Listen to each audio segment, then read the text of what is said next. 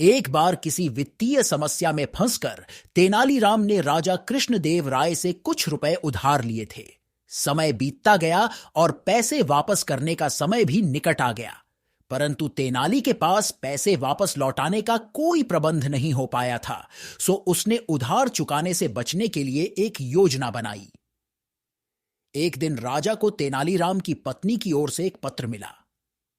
उस पत्र में लिखा था कि तेनालीराम बहुत बीमार हैं। तेनालीराम कई दिनों से दरबार में भी नहीं आ रहा था, इसलिए राजा ने सोचा कि स्वयं जाकर तेनाली से मिला जाए। साथ ही राजा को भी संदेह हुआ कि कहीं उधार से बचने के लिए तेनालीराम की कोई योजना तो नहीं है। राजा तेनालीराम के घर पहुंचे। वहां तेनालीराम कंबल ओढ़कर पलंग पर लेटा हुआ था।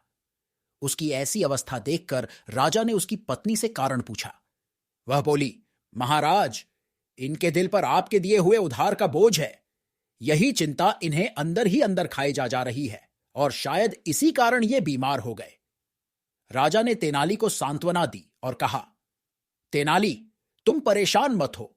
तुम मेरा उधार चुकाने के लिए नहीं बंधे हुए हो। चिंता छोड़ो और शीघ्र स्वस्थ हो जाओ। यह सुन तेनालीराम पलंग से कूद पड़ा और हंसते हुए बोला, महाराज, धन्यवाद। यह क्या है तेनाली? इसका मतलब तुम बीमार नहीं थे। मुझसे झूठ बोलने का तुम्हारा साहस कैसे हुआ? राजा ने क्रोध में कहा। नहीं नहीं महाराज, मैंने आपसे झूठ नहीं बोला। मैं उधार के बोझ से बीमार था।